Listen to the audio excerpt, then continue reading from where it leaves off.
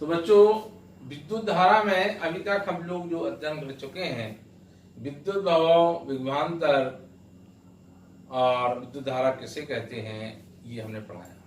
अब इसके आगे हम जो जानना चाहते हैं कि जब हम विद्युत में आगे पढ़ते हैं, सर्किट बनाते हैं और आगे कक्षा में आप जो पढ़ेंगे तो बहुत सारी चीजें हम संकेतों में लिखते हैं। तो इसमें आज हम संकेत अध्ययन करेंगे विद्युत परपथ का आरेख।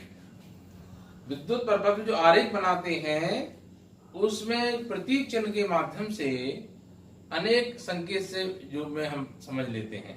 तो क्या संकेत होंगे उसकी चर्चा करते हैं। देखिए, संकेत के माध्यम से हम कैसे समझते हैं। जैसे देखिए, विद्युत सेल, अगर किसी सर्किट में सेल दिखाना है तो उसका संकेत कैसे होगा। तो देखिए, इसमें एक बड़ा लाइन होगी, यानी बड़ी प्लेट का संकेत होगा, एक छोटा, तो बड़ा वाला प्लस का और छोटा में माइनस का, ये संकेत होगा। आप सर्किट बनाएंगे तो अगर ऐसा बना है तो सिंगल सेल का संबोधन होता है। दूसरा, बैटरी अथवा सेलों का संयोजन, यदि कई बैटरियों को हमें एक साथ जोड़ना है अथवा बड़ी बैटरी में जो प्लेटों का संयोजन दिखाते हैं तो उसके लिए एक बड़ी प्लेट, छोटी प्लेट, फिर बड़ी प्लेट, फिर छोटी प्लेट, यानी कई प्लेटों का संयोजन एक साथ होता है।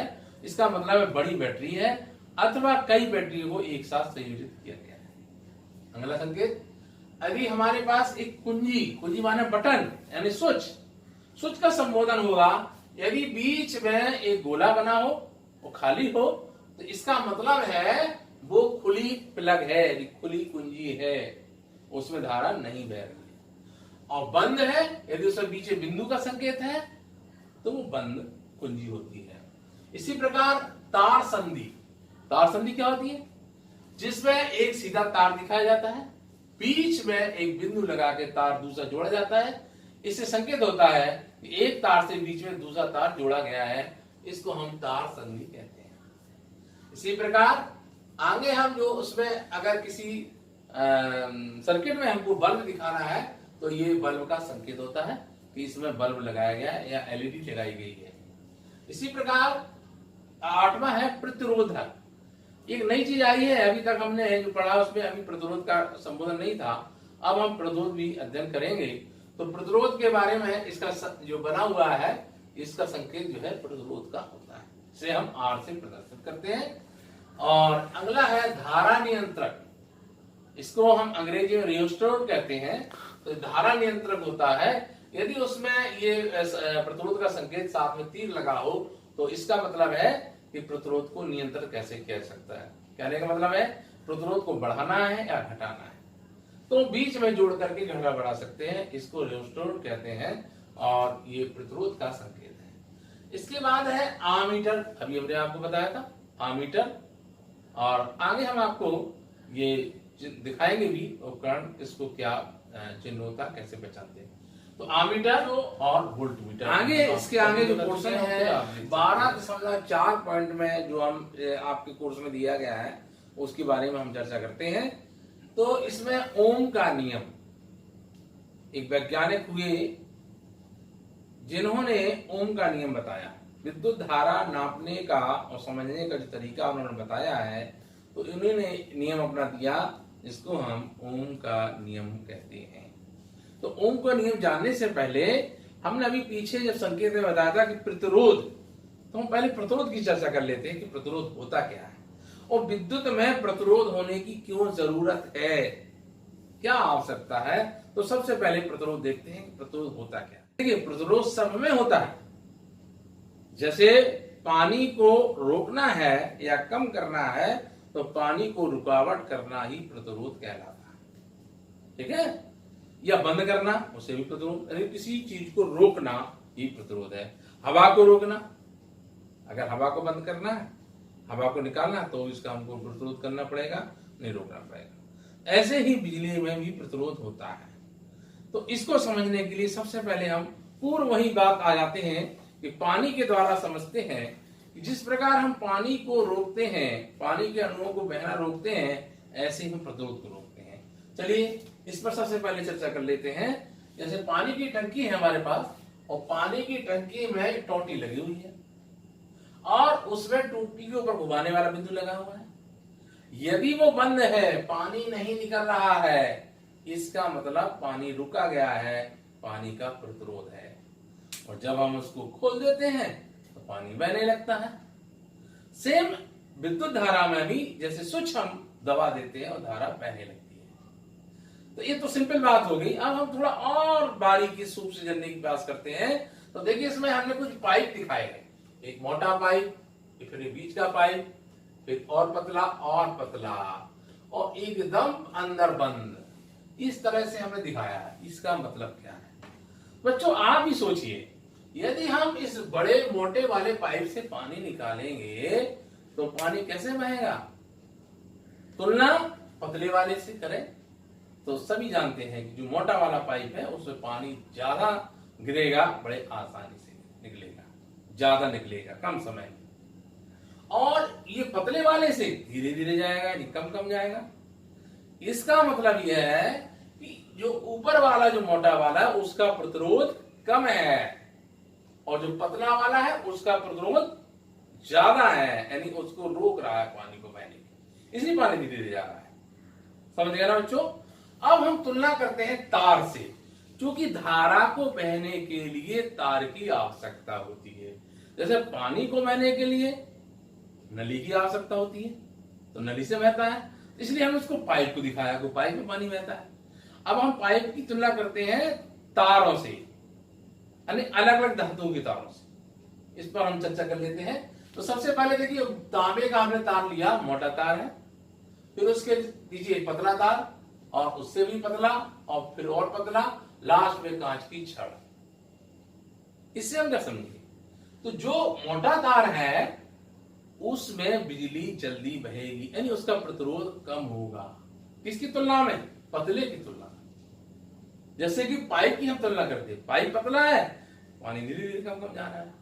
ऐसे ही मोटे तार में धारा आराम से बहेगी, क्योंकि इलेक्ट्रॉन जो है उसको बहने के लिए ज्यादा जगह, ज्यादा जो चालक चाहिए, यानी मोटा तार होगा तो इलेक्ट्रॉन बड़े आराम से बह जाएंगे और उसका आवेश भी बह जाएगा, तो विद्युत धारा आराम से बहेगी, तो प्रतिरोध इसका मतलब सब कम है। और पतले तार में प्रतिरोध ज्यादा होता है, तो धारा धीरे धीरे बहती है। अब देखिए कांच के तार में, कांच जो है, कांच की कोई छड़ है, उसमें धारा या प्लास्टिक है या कुचालक कह लीजिए, इसमें धारा बिल्कुल नहीं बहती है, शून्य हो जाती है, यानी इलेक्ट्रॉन उसमें एक स्थान से दूसरे स्थान में नहीं चलते हैं, तो इसलिए इसको पूर्णता प्रतिरोध कह देंगे, यानी कुल बिल्कुल नहीं बहेगी। ठीक है ना? तो समझ आ गया कि ये प्रतिरोध किसे कहते हैं। बच्चों केवल इतना ही से काम नहीं बनेगा, बल्कि हमको ये भी समझना होगा, हमने पिछली कक्षा में भी आपको बताया था कि धातुओं पर भी असर पड़ता है। तो जिसमें धारा बड़े आसानी से बहती है उसका प्रतिरोध कम होता है। जैसे चांदी में धारा बहुत तेजी से बहती है, तो पहले नंबर पर चांदी आती है, फिर तांबा आता है, फिर लोहा आता है, अल्युमिनियम आता है, लोहा आता है और अन्य धातुएं आती है। लेकिन सबसे अच्छी सुचालक है वो चांदी है, क्योंकि धारा बड़े आसानी से बहती है। तो समझ गया ना? तो जिसमें प्रतिरोध ज्यादा होगा उसमें धारा कम बहेगी, ये बात आपकी समझ में आ जानी चाहिए। क्योंकि जब हमें कंट्रोल करके धीरे धीरे धारा चलानी होती है, रोकनी होती है, कम भेजनी होती है, तो हम प्रतिरोध तारों का उपयोग करते हैं। तो वही नियम आप ओम के नियम में समझेंगे। तो ओम के नियम के लिए एक सर्किट बना हुआ है, जिसमें हमने ये बैटरी जोड़ी है, इसमें B प्लस B, इसका मतलब B प्लस और B माइनस, यानी 3 तार जोड़ करके समझाने का प्रयास किया है। नीचे देखिए एक हमने प्रतिरोध भी जोड़ा है, और ये हमारा ये वोल्टमीटर लगा है, इसमें आमीटर, दोनों एक साथ जोड़े गए हैं, कुंजी लगी हुई है, तो एक सर्किट बताया है। तो इससे हम ये सीखेंगे, हम आपको प्रैक्टिकल भी सिखाएंगे, आगे आप प्रैक्टिकल द्वारा भी सीखेंगे कि बिजली जो है कैसे कम हो जाती है, कैसे जाती है। आप देखेंगे आपके घर में स्टेबलाइजर होता है, सब घर में आजकल स्टेबलाइजर लगाया जाता है, इसलिए कि धारा को हमें कम करना होता है तो बटन दबाते हैं, तो प्रतिरोध के कारण धारा कम हो जाती है, और बढ़ाना होता है तो हम बढ़ा देते हैं। तो सिंपल प्रोसेस है, उसी को आज हम इसमें ओम के नियम में समझेंगे। तो देखिए इसमें जो हमने इसमें ओम के नियम में समझा है कि अगर हम पहले जो प्लेट से धारा जोड़ेंगे तो धारा कम बहेगी, या ऐसा कह लीजिए कि हमने एक बैटरी जोड़ी है तो धारा का मान कम होगा, यानी वोल्टेज भी कम होंगे। धारा बढ़ाएंगे तो वोल्टेज भी बढ़ेंगे, दूसरी बैटरी जोड़ेंगे तो और वोल्टेज बढ़ जाएंगे, और बैटरी जोड़ेंगे और वोल्टेज बढ़ जाएंगे। तो जैसे जैसे धारा बढ़ती जाएगी वैसे वैसे हमारे वोल्टेज बढ़ते जाएंगे। हम माप लेते, चलिए हमने पहले बैटरी मान लीजिए लगाया है और इसमें धारा मान लीजिए 0.5 एम्पियर और तब वोल्टेज मान लीजिए 1.5 वोल्ट है। अब हमने एक बैटरी और जोड़ दी तो धारा हो गई 1 एम्पियर, ठीक है ना। तो ये वोल्टेज भी उसी हिसाब से बढ़ जाएगा, यानी 3 वोल्टेज हो जाएंगे। अब हमने एक बैटरी और जोड़ दी तो ये धारा का मान हो गया 1.5 एम्पियर, तो वोल्टेज हमारे 4.5 वोल्ट हो जाएगा, ठीक है ना। और एक बैटरी हमने जोड़ दी, तो एक बैटरी जोड़ने पर ये 2 एम्पियर धारा बहने लगी, तो ये हमारे वोल्टेज भी बढ़ करके 6 वोल्ट हो जाएंगे। इसका हम ग्राफ से समझते हैं। चलिए देखिए, हमने एक ग्राफ लिया, उसके साथ ये हमने धारा दिखाई, और जैसे जैसे हम धारा बढ़ाते जा रहे हैं तैसे तैसे वोल्टेज बढ़ता यानी विभवांतर बढ़ता जा रहा है। इन दोनों के बीच में एक सीधा कर्व बन रहा है, सीधी रेखा बन रही है, ये बीच की चीज बनेगी, यानी हम जैसे जैसे धारा बढ़ाएंगे तैसे तैसे वोल्टेज बढ़ेगा। तो लेकिन ये रेखा सीधी एक नियतांक आगे नियत रेखा जाएगी, सीधी रेखा जाएगी, उस रेखा को हम यहाँ पर प्रतिरोध कहते हैं। कहने का मतलब है कि एक सर्किट में अगर एक प्रतिरोध लगा हुआ बदल नहीं रहा है, केवल धारा बदल रही है और वोल्टेज बढ़ रहा है, तो ये जो कर्व है वो सीधा रेखा आएगी, नियत रहेगा। तो इसका अर्थ हमने ये सीखा है कि B समानुपाती I। समानुपाती का मतलब क्या है? जिस अनुपात में धारा बढ़ाएंगे उसी अनुपात में वोल्टेज बढ़ेगा, और धारा कमाएंगे कम करेंगे तो वोल्टेज भी कम होते जाएंगे, इसलिए B समानुपाती I। अब इसकी माप हम कैसे करें, कितना बढ़ाएंगे, तो उसके लिए नियतांक आ रहा है R। तो इसलिए ओम ने जो बताया है कि ओम के नियम के अनुसार B बराबर IR। R एक नियतांक आ चुका है और R का मान B बटे I, या इसको कह लीजिए, इसको R का हमें सही मान निकालना है। तो R अगर हम एक वोल्टेज यानी 1 वोल्टेज और 1 एम्पियर धारा है तो 1 बटे 1 का भाग देंगे तो मान निकलेगा 1 ओम। इसका मतलब है कि अगर 1 वोल्टेज और 1 एम्पियर धारा के लिए 1 ओम होना चाहिए। यदि हम ओम को बदल देंगे, नहीं प्रतिरोध बदलें, तो धारा में अंतर आ जाएगा।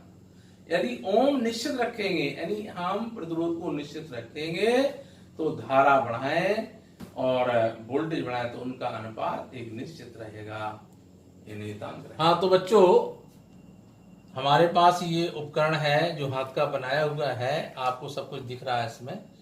इसको हम एक एक से उपकरण को समझाते हैं आपको। ये वैसे देखा जाए तो इसको धारा नियंत्रक कह सकते हैं या स्टेबलाइजर, जैसे हम जनरल भाषा में कहते हैं। ये हाथ का बना हुआ स्टेबलाइजर है, इसमें सारे उपकरण लगे हुए हैं। तो देखिए, सबसे पहले शुरू करते हैं। जैसे कुंजी हम बार बार कहते हैं, तो कुंजी क्या है? इस समय जो हमारा सर्किट है पूरा बंद है, तो कहीं लाइट नहीं जल रही है ना। अब ये बटन है, तो अब इस समय ये जो है खुला हुआ पर्वत कहेंगे, और जैसे इसको दबाएंगे तो ये बंद हो जाएगा। देखिए लाइट जल गई ना। तो इससे स्पष्ट अब हमारी धारा बहने लगी। अब धारा कितनी बह रही है, कैसे, जरा तो देखें आपको। देखिए आप इसमें धारा इस समय ये देखिए यानी 1.5 एम्पियर से थोड़ी कम है। कुल मिला के ये इसमें है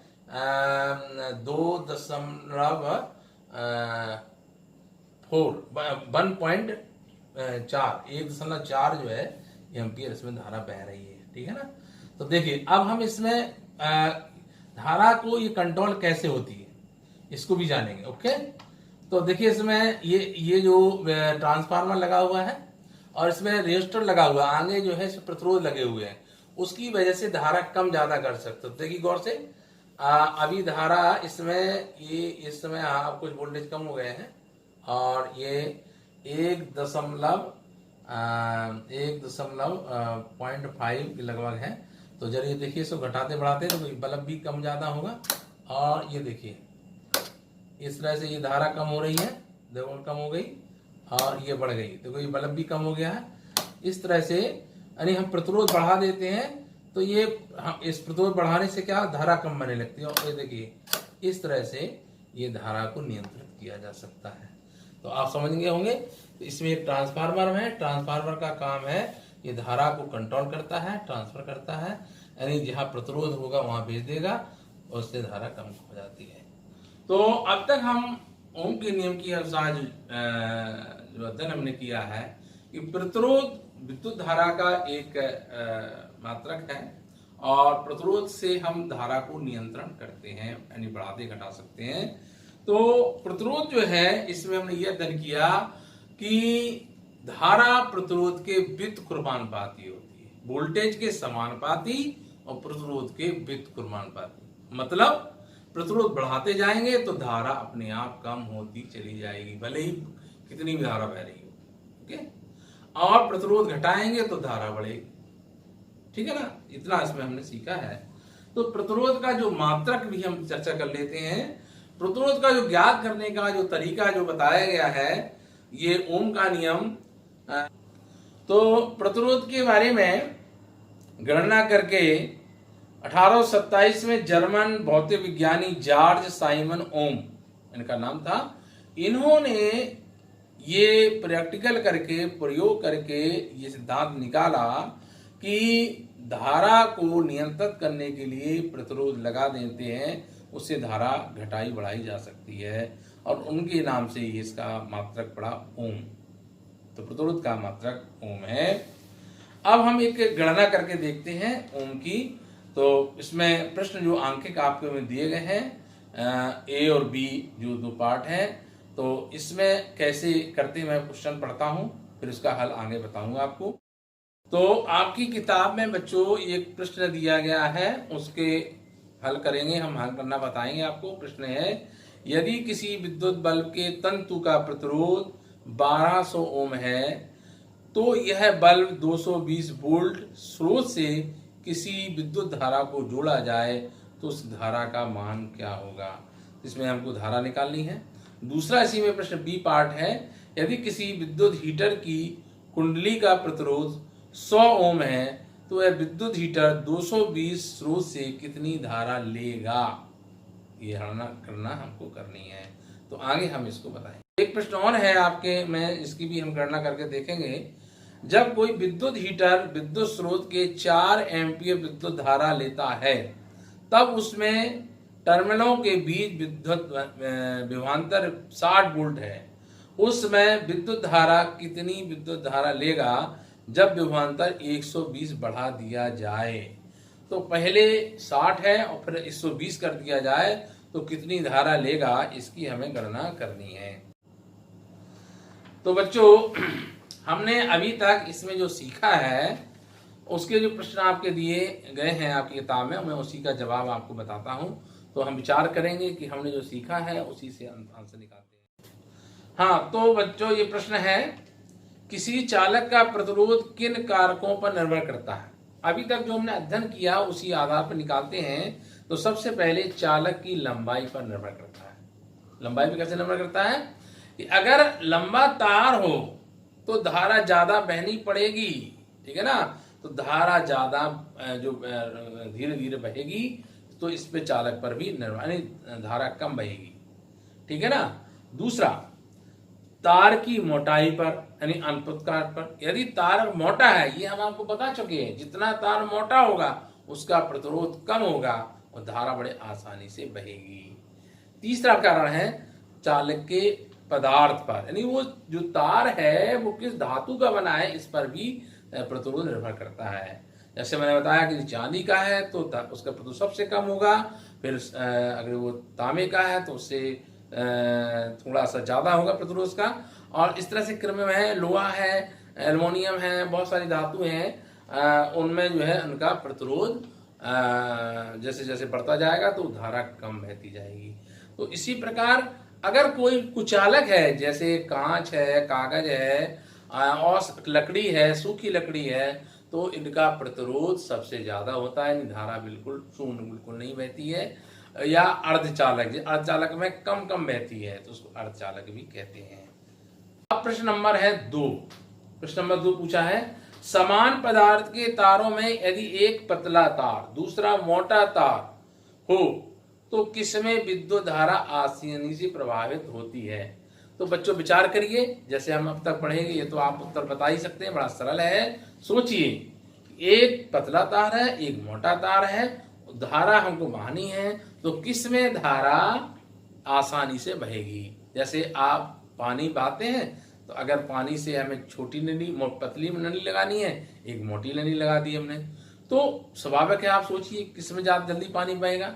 आसान सा है, जो मोटा पाइप होगा उसमें पानी आसानी से निकल जाएगा, और पतला तार होगा तो धीरे धीरे निकलेगा। तो इसकी स्पष्ट है कि तार जो मोटा होगा तो धारा बड़ी आसानी बह जाएगी, और पतला होगा क्योंकि धारा जो मोटा जो तार होता है उसमें इलेक्ट्रॉन बड़ी आसानी से एक जगह से दूसरी जगह चले जाते हैं, और आवेश भी दूसरी तरफ से तरफ आ जाता है, तो इसलिए उसका प्रतिरोध कम होता है। और पतले तार में धीरे धीरे हो पाता है, यानी रुकावट होती है, इसीलिए पतले तार में इलेक्ट्रॉन धीरे धीरे चल पाता है। हाँ बच्चों, तो इसमें जो किताब में आपके में जो न्यूमेरिकल यानी दिए गए हैं प्रश्न, उनका हल करके हम बताने का प्रयास करते हैं। तो 12.3 के साथ एक प्रश्न है, यदि किसी विद्युत बल्ब में तत्व का प्रतिरोध 1200 ओम है तो यह बल्ब 220 वोल्ट के स्रोत से कितनी धारा होगी, यानी कितनी धारा लेगा, खर्च करेगा।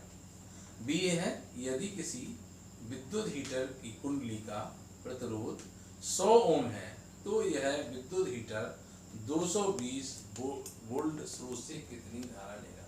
यानी अलग अलग जोड़ा गया है, एक का प्रतिरोध तो 1200 है, दूसरे का है 100 ओम। ठीक है, तो पहला हम हल करते हैं। दिया है तो इसमें वोल्टेज यानी बी बराबर दिए गए हैं 220 वोल्ट, ठीक है ना, और दिया है आर प्रतिरोध बराबर 1200 ओम, 1200 ओम। तो विद्युत धारा का जो सूत्र है आई बराबर बी अपॉन आर, तो बी का मान रखेंगे, बी का मान 220 है और आर का मान है 1200, ठीक है। तो अब 1200 का भाग हम 220 में देते हैं तो उत्तर आएगा 0.18 एम्पियर। कुल मिला के इसमें प्रतिरोध ज्यादा होने के कारण इसमें जो धारा बहेगी वो कितनी बहेगी, 0.18 एम्पियर, ये आंसर है। अब इसका बी पार्ट देखें, बी में क्या होगा, इसमें बी जो है बराबर 220 यानी वोल्टेज वही है, लेकिन इसमें प्रतिरोध बदल गया, प्रतिरोध आर बराबर 100 में, प्रतिरोध इसमें घटा दिया गया, वोल्टेज वही है, अब धारा निकालनी है तो सूत्र वही लगेगा, विद्युत धारा आई बराबर बी अपॉन आर, और बी का मान 220 और आर का मान 100 का भाग देंगे हम 220 में तो उत्तर आएगा 2.2 एम्पियर। इसमें धारा 2.2 एम्पियर बहेगी, यानी धारा ज्यादा बहेगी, तो ये इसका हल है। अब अगला एक प्रश्न है 12.4, जब कोई विद्युत हीटर विद्युत स्रोत से 4 एम्पियर विद्युत धारा लेता है तब उसके टर्मिनलों के बीच विभवांतर 60 वोल्ट है, उस समय विद्युत हीटर कितनी विद्युत धारा लेगा जब विभवांतर 120 तक बढ़ा दिया जाए। अब देखिए इसमें वोल्टेज बढ़ा दिए गए हैं, तो वोल्टेज बढ़ाने से धारा पर क्या प्रभाव पड़ता है, चलिए देखते हैं। तो दिया क्या है इसमें, विभवांतर V बराबर 60 वोल्ट, विद्युत धारा I बराबर 4 एम्पियर, ठीक है, और ओम के नियम के अनुसार अब यहाँ हमको प्रतिरोध निकालना है, तो प्रतिरोध R बराबर B अपॉन I, तो बराबर 60 B अपॉन 4A बराबर 4 का भाग देंगे तो 15 चौको 60 यानी 15 ओम। यहाँ सबसे पहले हमने प्रतिरोध निकाल लिया, चूंकि प्रतिरोध ऊपर है नहीं तो हमने गणना के द्वारा प्रतिरोध निकाल लिया। अब हम प्रतिरोध का आगे प्रयोग करके धारा निकाल लेंगे। ठीक है ना। तो धारा कैसे निकालते हैं, जब विभवांतर बढ़कर, पहले कितना था 60, तो 60 की वजह से प्रतिरोध निकाल लिया है, तो प्रतिरोध यहाँ पर नियत है, यानी इसमें प्रतिरोध दोनों स्थितियों में बराबर है, लेकिन वोल्टेज घट बढ़ रहे हैं, इसमें प्रतिरोध 15 ही रहेगा। तो जब विभवांतर बढ़ करके 120 हो जाता है तो विद्युत धारा की गणना करिए।